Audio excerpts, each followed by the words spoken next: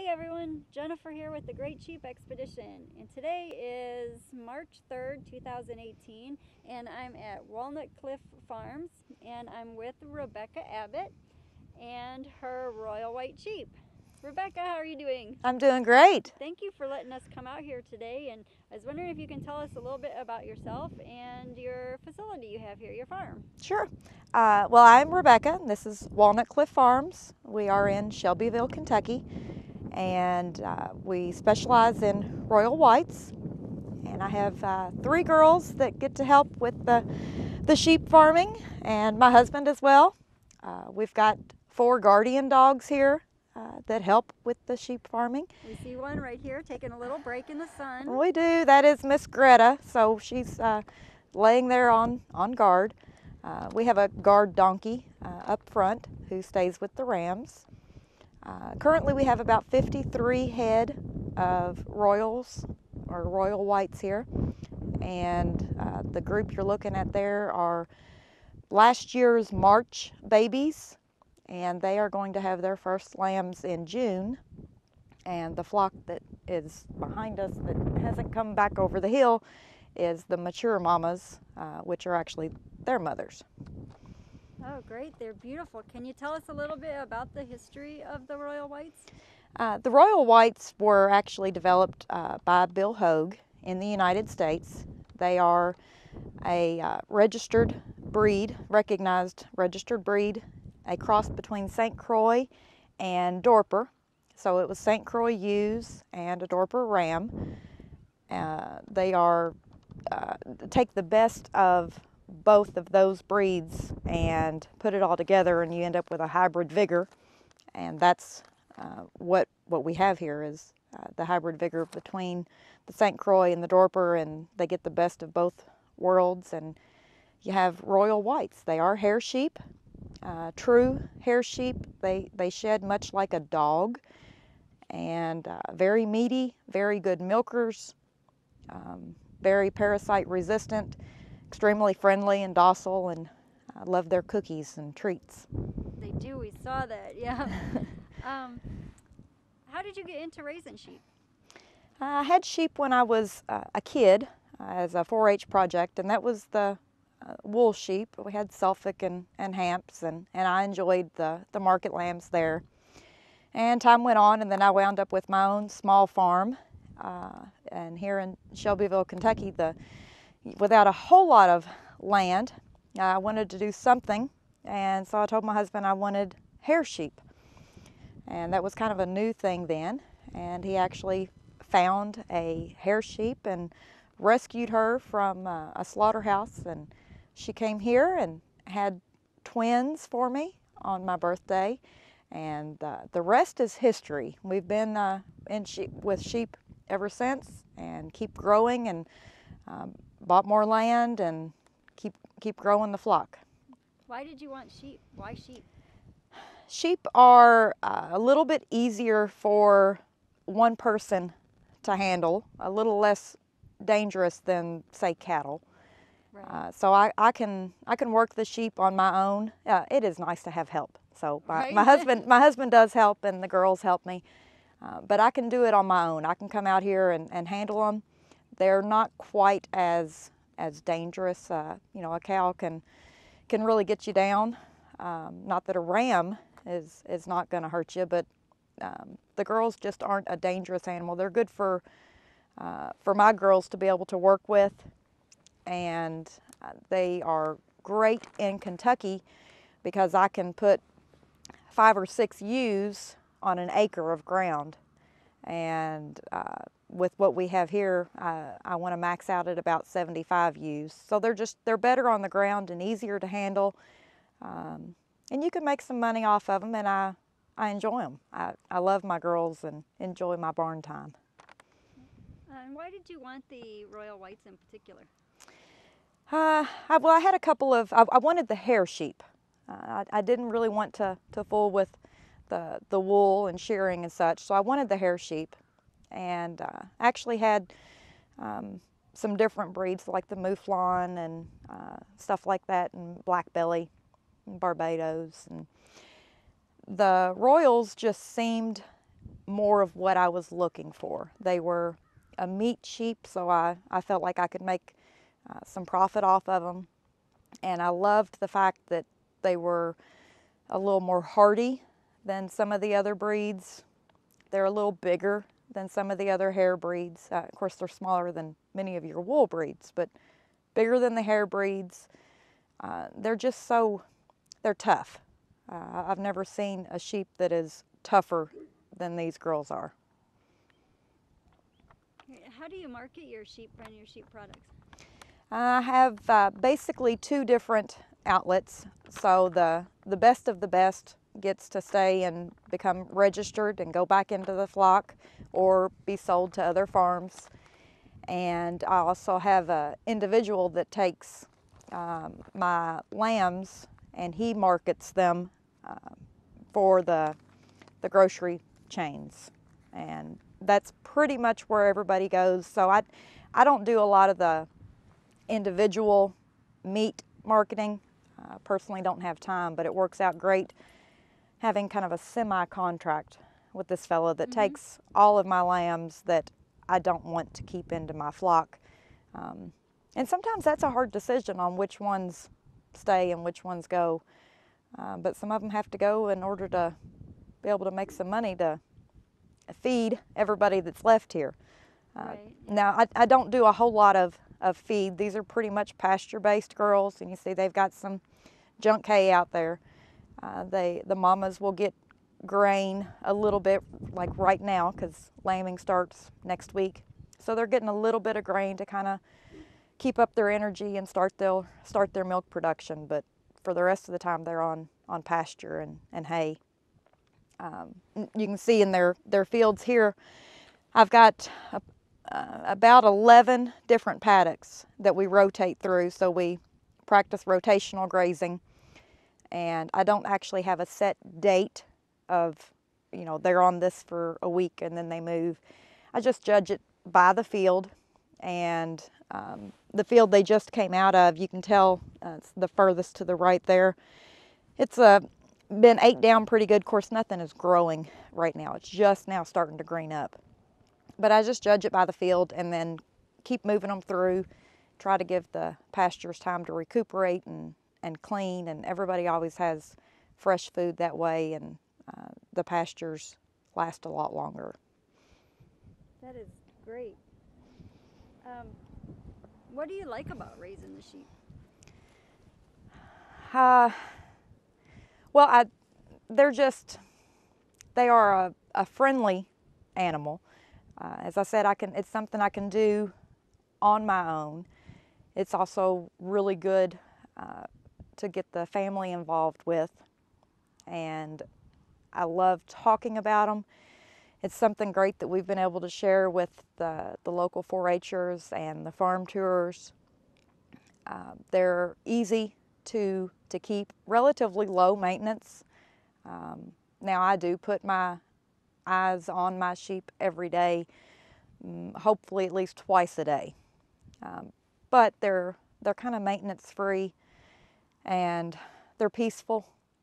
Just watching them out there grazing is peaceful. And I've got one girl over here behind us that has a bell on, and so I can sit on the front porch and know where she is and hear the bell off in the distance. And they're peaceful and they make some money and I enjoy them. I feel like I'm doing something good. They are a meat sheep, so we do eat lamb and we do sell them for meat. So they're pets with a purpose. They sure seem to have a nice life up until that point, huh? That is my goal. I raise all of our animals as humanely as possible, right. And I want them to be happy up until that point. And not that they're not happy at that point. They don't know. That is their purpose. But we do everything as humanely as we can. Right. Yeah. What do you not like about raising sheep? Besides market day. the loss is the hardest. So being in the lambing barn when it's cold, 2 o'clock in the morning, and I'd rather be curled up in my bed, that kind of stinks. But the hardest part about it, what I don't like, is the loss, which is also a good thing, especially to share with the kids and with the family, that, you know, to understand life and death, and that it does happen. But losing one, you know, a newborn or something like that, that's what I like the least, is the loss before their time. It's market day is tough, but you also put yourself in the mindset from the beginning that this is their purpose, and they are serving a purpose on market day. Mm-hmm. And it's a whole lot different than that newborn that just doesn't make it. Just doesn't make it, right. I agree, there's a difference there for sure. What do you find to be the most challenging about raising the sheep? In Kentucky, I think the biggest challenge is health. And so that has to do with worm load, or the parasite load that the sheep can get, and with the pasture rotation we're able to fight that. But the worm load and the parasites is the biggest challenge that you just have to stay on top of. The Royals are pretty resistant and have got a strong immunity, so they can deal with the internal parasites pretty good. And then the management practices help, but that's the biggest challenge to overcome in Kentucky, I think. Outside of that, the marketing of the lamb is a little challenging. A lot of people don't realize the difference in lamb and mutton, and don't realize the difference in hair lamb or wool lamb. And the taste and the flavor is much different. In my opinion, the hair lamb has got a much more mild flavor, not real gamey. And mutton, it is not for everybody. It's not what I like. But so if there's somebody listening who's not quite sure what the difference is, what is the difference between lamb and mutton? Okay, lamb essentially is under a year old. Okay. Now, that's not to say that they are technically a 2-month-old or a baby. They're usually right at 9 to 12 months old. But lamb is younger, and mutton is anything over a year old. And so, I mean, it could be a year and a day, and it's mutton. And with any animal, the older it gets, the tougher it gets, and the more flavor it gets. See, I'm a mutton liker. I like mutton. And some people do. Some people do. It's just it is different. So when you're dealing with people that you know, you're trying to market your lamb product, and their first response is either, "Oh no, I don't like lamb. I've had it before," or, "No, a lamb is a cute, fuzzy little woolly thing out in the field, and I can't eat lamb." So they have. Cows are cute too, and I can eat them. Yeah. So the marketing, overcoming the stereotype, right, yeah, for the meat would be challenging. is tough. And we've figured out ways to overcome that. We've actually provided samples at different events, and that's a good idea. tried to get people just try it. Please just try it. And I'm going to say 99% of the time, the ones that actually try it are surprised and say, "Wow, that's really good." And then come back and want to find out how to get lamb and where to get lamb. So it can be overcome, but you got to get out there and really talk and share with people. You got to convince people to try it. How have you seen, now your family's been raising sheep for years now, how have you seen the sheep industry change, and in what ways? The move towards the hair sheep has been probably the biggest recent change locally. You know, it was always the wool breeds, and wool is an important thing, so I'm not knocking the wool breeds at all. There you go, Humphrey. See? I'm not knocking the wool breeds. It is important.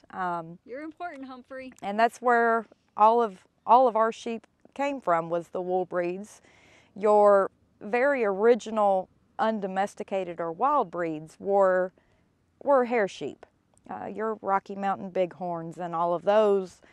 The doll. They had nobody to shear them, so they were a hair sheep. So I think the hair sheep is a little more natural and more suited to life. Most of the wool breeds were bred and developed to make wool. Right. Yeah. But I think that's been a big change that we've seen, is where we've gone back to the basics and went back to the hair sheep. And these girls can produce meat, pelts. They're you know, so you can get leather out of them, excellent leather, and milk. There's a lot of dairy sheep out there. I haven't tried that yet, but I really want to try sheep milk. I love it. I have milked some of my girls, and I love it. It's really healthy for you too, isn't it? It is extremely healthy, and my kids like it. So that's always nice when something is kid approved. But so they've got so many other things that they can provide other than just the wool. But I think that's been one of the bigger changes. And we lost a lot of sheep in the United States. I mean, we used to have millions, and then it shrunk down. And in Kentucky specifically, you have seen a lot of people transitioning back to sheep, because you've got so many of the small homesteaders that have 5, 10, 15 acres, and they want to do something with it. Well, what can you do with a 5 or 10, 15 acre farm? You know, you might be able to put a couple of cows out there. Their big feet really tear up that small of an acreage, and you got to have some pretty serious handling facilities. Yeah. So in Kentucky specifically, I think you've seen with the farms shrinking in size and more of the hobby farmer, the sheep are perfect for that. They really are a multi-purpose animal. They're multi-purpose, and you don't have to have a whole lot of land, and you don't have to have a whole lot of infrastructure or equipment to handle them. So I think that's been a big change, is they kind of went from wool and now back into the hair sheep breeds are kind of making a resurgence, and you're getting a lot more people with sheep now, especially here where the farm sizes are shrinking, and it's something that people can do. I forgot to ask a minute ago about, I saw the dogs were going around. I see that someone's over here, and we got a couple of them were walking by.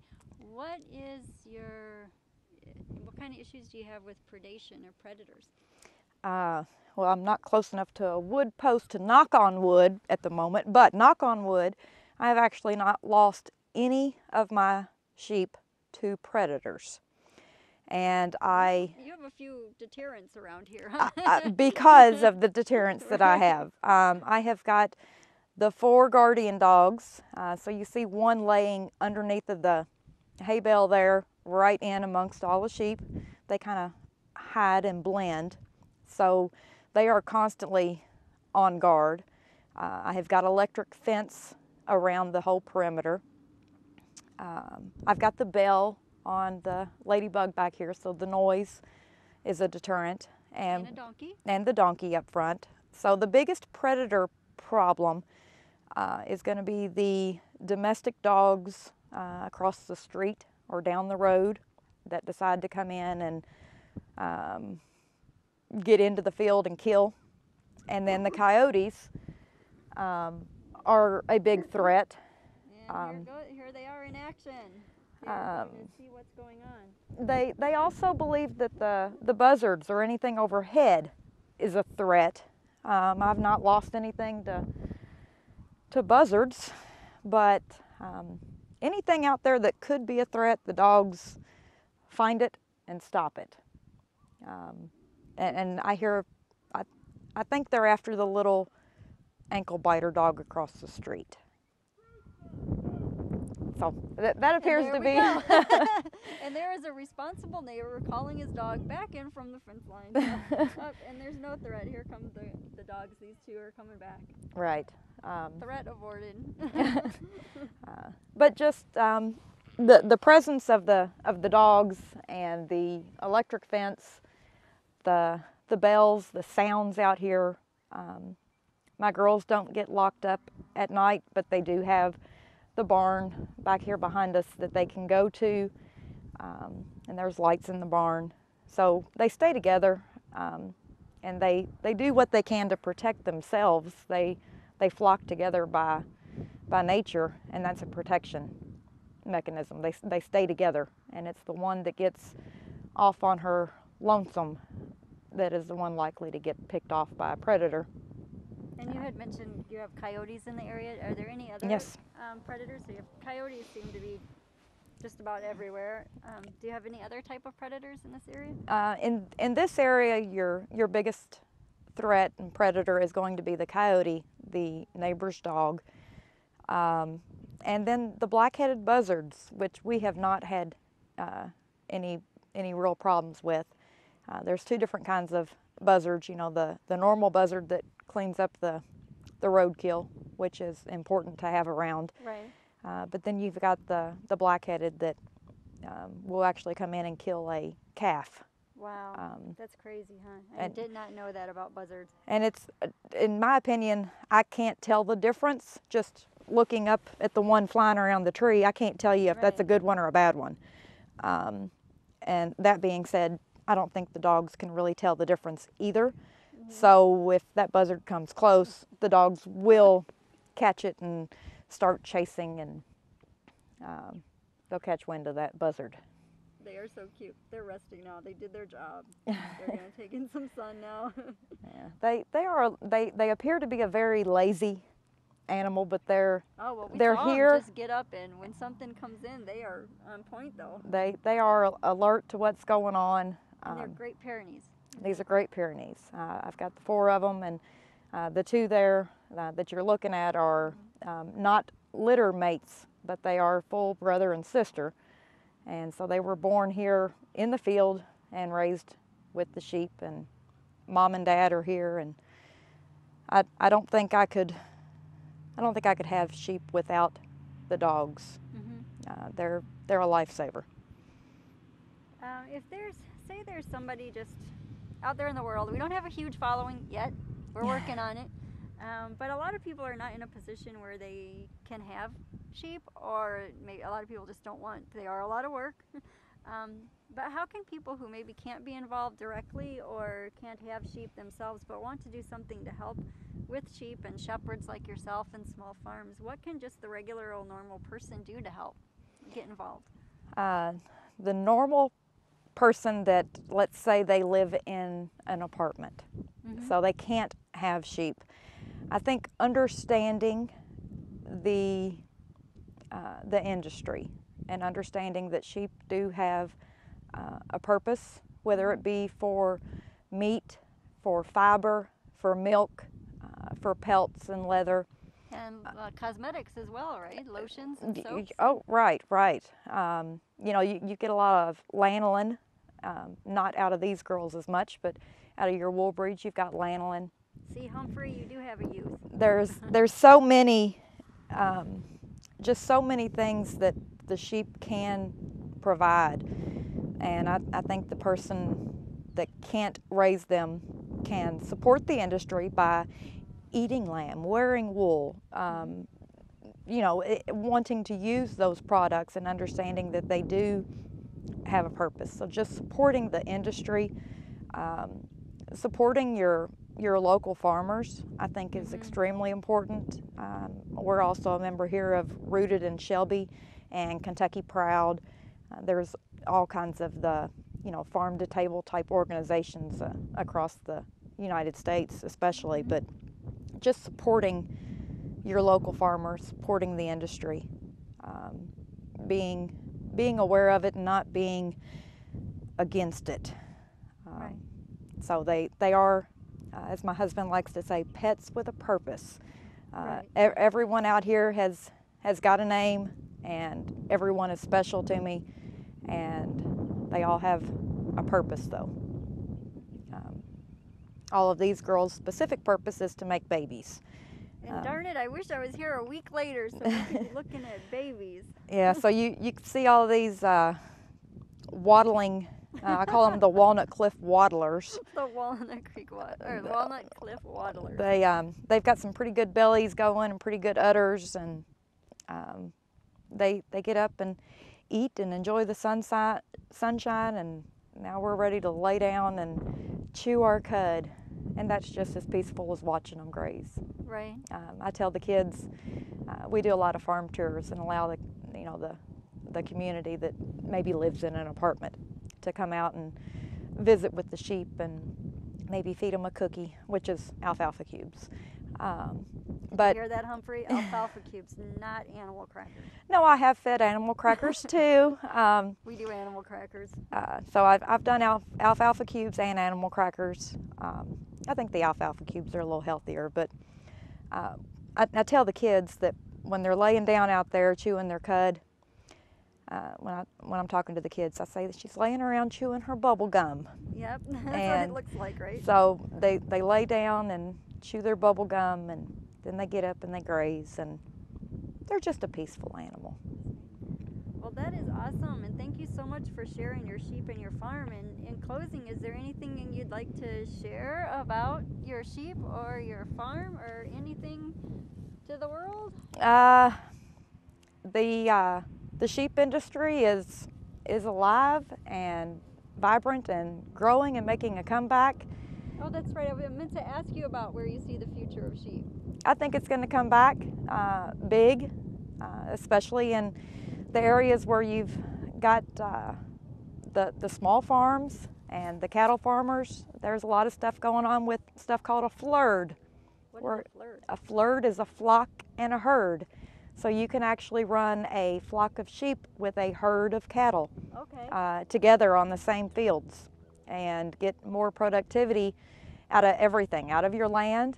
It's beneficial for the cattle and beneficial for the sheep. And I think you're going to see a lot more people doing that. A lot more people flirting. A lot more, yes. I'll let you say that one. Lamb is a very healthy meat, and I think a lot of people are going to start supporting that side of the industry more. So I definitely see it growing.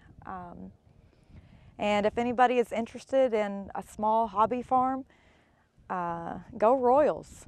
I love them. Sorry, Humphrey. But any sheep is a great adventure to be in. They're friendly and loving, and I think I'm a little biased, but I like the Royals. Yep, they are beautiful, beautiful sheep. Thank you. Thank you so much for letting us come out, and I think we're going to go look at some rams now. All right. Bye, everyone.